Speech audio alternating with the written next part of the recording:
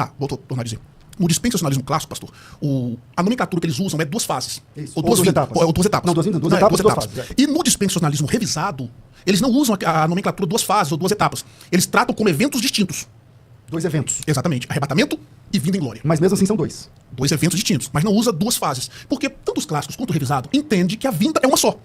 Porque o termo parousia, que nós vamos tratar hoje aqui, como nós temos dois especialistas em grego, além de mim, nós vamos tratar o termo parousia, que os pós-tribulacionistas, eu digo isso com devido respeito, engessam o termo para significar somente a vinda em glória.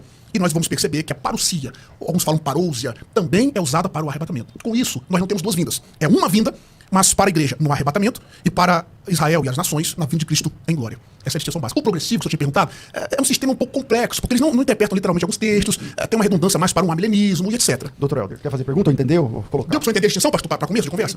Eu entendi, mas eu queria fazer alguns contrapontos. Fala pertinho. À vontade.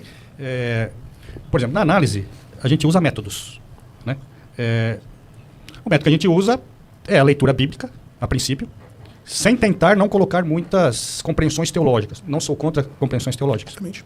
E a questão gramatical, no sentido primário de tentar encontrar nos dicionários de ponta se de fato as definições que nós vamos fazer, elas constam no dicionário.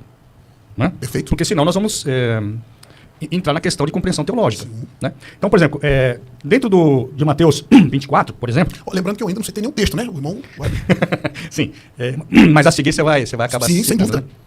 Então, assim, estou citando 24 para dizer o seguinte, que o meu modelo escatológico é Mateus 24.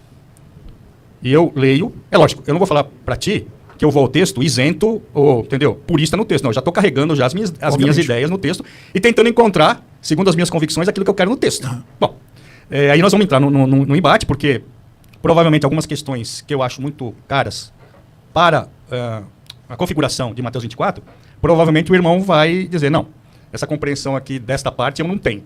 Então, assim, primeiro, dizer o seguinte, se para o irmão, o Mateus 24, se no sermão escatológico de Jesus, a questão dos períodos, ou da questão temporal, ela precisa ser mudada, ou se ela está exatamente como Jesus queria dizer, os eventos que se seguem conforme está Mateus 24. Mim? Sim. Eu achei que você ia fazer a análise, como o senhor disse, da palavra. A palavra que você teve foi parousia. Sim. Né? O senhor disse que ia fazer uma análise da palavra. Sim, da parousia, bom, assim. Depois, Mateus 24, eu respondo também tranquilo. Irmãos, que fique bem claro, nosso bate-papo será bem produtivo e qualquer pergunta, tanto do grego quanto do hebraico, o senhor e o pastor Luciano que vai chegar, podem ficar à vontade, com todo respeito a ambos, aos três, na verdade. Claro. Só pode ficar à vontade, tá bom? Claro. Só quando o senhor for analisar, o senhor analisa, volta para a minha palavra, eu faço meu contraponto, volto para o senhor ou para o irmão que vai chegar. E vamos que vamos. Assim, a princípio, da questão da parousia, ela está dividida em duas palavras. Certo? Para e use. Quer dizer, a grande parte dos estudiosos, e até questões de dicionário, vão traduzir parousia como presença. Sim. Presença. Se houver alguma outra interpretação, porque aí a gente pode dizer o seguinte, bom, em tal contexto, porque aí você vai ter que trazer os contextos de parousia como que você entende. Sim, sim.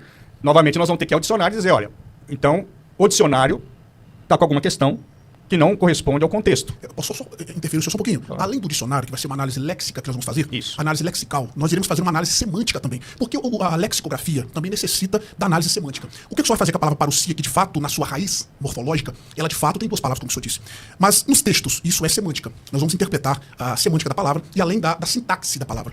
Como que ela está sendo usada? Por exemplo, eu vou citar alguns textos, se o senhor quiser analisar, só pode analisar. 1 Tessalonicenses capítulo 2, verso 19. 1 Tessalonicenses 2:19. Usa uma palavra para o arrebatamento, se referindo à vinda de Cristo. Capítulo 3, verso 13 do mesmo livro. Pode notar. Capítulo 3, verso 13. Capítulo 4, verso 17. Na verdade, verso 15, que fala da parousia, né? Esses três textos, Paulo, intercambiavelmente, pastor, utiliza palavras diferentes para se referir à vinda de Cristo. Então, embora de fato, de verdade, a palavra parousia se refere à vinda, por exemplo, eu vou dar só um exemplo para você ver como que a sintaxe é de suma importância. Paulo usa também essa palavra se referindo como vinda, mas também do anticristo. Quando eu digo que a palavra parousia pode se referir também ao arrebatamento, eu não estou dizendo que na sua significação ela significa harpazo. No texto de Tessalonicenses 4, você sabe que é harpaxômeta, que está no futuro indicativo de voz passiva. Então, nesse texto, não está usando a palavra vinda. Mas nos textos que eu citei, Paulo usa essa palavra intercambiavelmente. Tanto para se referir à vinda, de fato, de Cristo para a igreja, quanto à vinda dele em glória. Então, se eu tiver errado, me corrija. Parece que o senhor entendeu que eu disse que parousia significa arrebatamento. E não foi isso que eu quis dizer. A mesma palavra parousia, ela não significa somente se referindo vinda em glória, mas ela também se refere à vinda à igreja. Ela não é engessada só para a vinda de Cristo em glória. Tanto que ela também é usada para a vinda do anticristo, para a vinda de Paulo aos cristãos em Atos, etc. Então, embora o significado que a lexicografia que vai fazer a análise, obviamente, significa vinda. Tanto para mim que crer em eventos distintos, quanto para o pastor César e outro pastor que vai chegar, que crê em uma vinda só. só. Em um evento só, ambos. Então, a minha colocação não é que vinda, parousia, que muito bem colocou o senhor, tem essa, morfologicamente falando, essas duas palavras compostas, essa palavra que é composta, ela não significa arrebatamento, literalmente, lexicograficamente falando. Mas na etimologia da palavra, embora tenha essa raiz, ela significa também presença para a igreja no ato do arrebatamento. Essa foi a minha fala. Foi assim que você entendeu, pastor, por gentileza? Sim, entendi.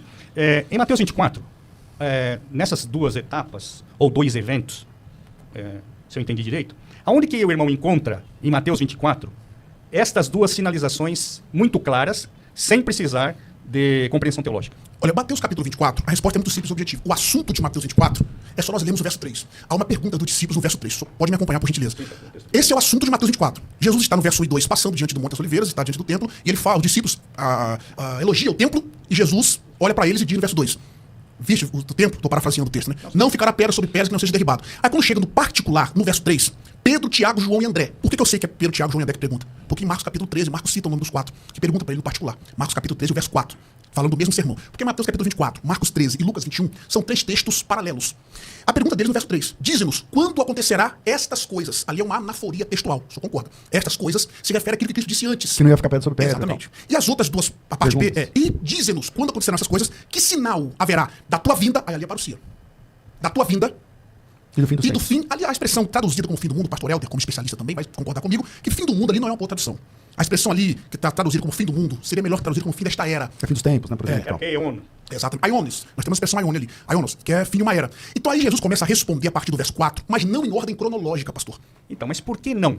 Qual que seria o motivo que Jesus não estaria colocando os eventos na sua ordem Tá, cronológica? essa é a sua segunda pergunta. Isso. Eu respondo a primeira então. Tá bom. Depois você responde a segunda. Tá. Então nós temos em Mateus capítulo 24, o assunto geral não é arrebatamento. O assunto geral é segunda vinda em glória. É por isso que aqui vale a pena uma distinção, pastor. Honestamente falando, sem querer lacrar, há uma distinção. O dispensacionalismo clássico vai usar alguns versos desse texto para dizer que se refere ao arrebatamento. Vou dar um exemplo. Nos versos posteriores, quando diz um será levado, o outro será deixado, durante muito tempo foi defendido ali que é o arrebatamento. Eu discordo com esse ponto. Ali não está falando de arrebatamento, porque os que foram levados em juízo. Só pode concordar comigo nesse ponto, pelo menos.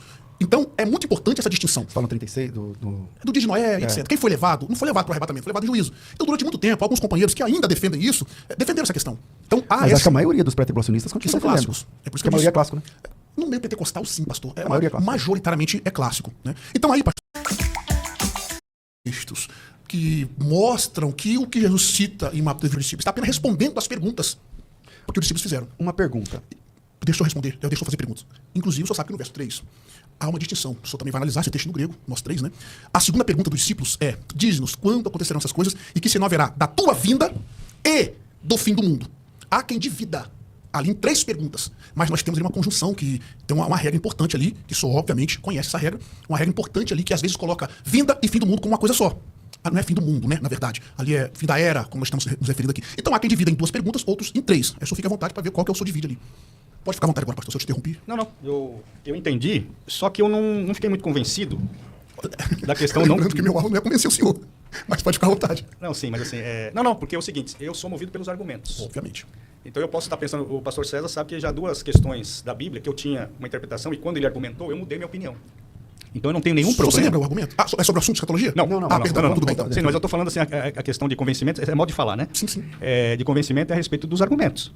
Então, por exemplo, quando você diz que ele não está falando em ordem cronológica e que o texto de Mateus, existem outros elementos para se juntar ao Mateus 24, eu concordo. Só que como eu disse para ti, para mim, o modelo escatológico é Mateus 24. Quer dizer, todo o restante, na minha modesta opinião, deve se encaixar dentro desse modelo. Se não está dentro do modelo que o próprio Jesus disse, então nós vamos ter problemas. Mas eu acho, vou sair aqui em defesa do pré, eu acho que o que o Átila está falando, ele concorda, aliás, todo teólogo concorda que o texto de Mateus 24 e os textos afins, no caso Lucas 21 e Marcos 13, ali são a base da teologia de Jesus a respeito da escatologia. Então a escatologia de Jesus Cristo, ela está baseada especialmente nesses textos. Tem outros textos, por exemplo, Jesus vai falar lá em João 6, né, vou recitar no último dia, não sei o que e tal. Tudo bem, mas a base mesmo, maçante, assim como a base do Evangelho é o Sermão da Montanha, a base da escatologia de Jesus está baseada ali em Mateus 24. Acho que todo teólogo vai entender isso. Agora, como se decifra esse texto, se ele é cronológico, não, tudo bem, aí vai ter debate. Aí não tem Ninguém vai temos que dar luz a ele em outros textos. Ou outros textos. A minha pergunta é assim, um dos pontos que me fez deixar de ser pré-tribulacionista, com todo respeito, é justamente a falta de textos para esse tema que a gente estava falando aqui. A volta de Jesus. É em uma ou duas etapas. Aí você falou, o clássico fala em vinda secreta para o mundo, fala em etapas. O revisado, que o senhor representa, não fala em etapas, mas fala em eventos. A mim me parece que é uma outra roupagem para a mesma coisa, do ponto de vista só da volta de Cristo.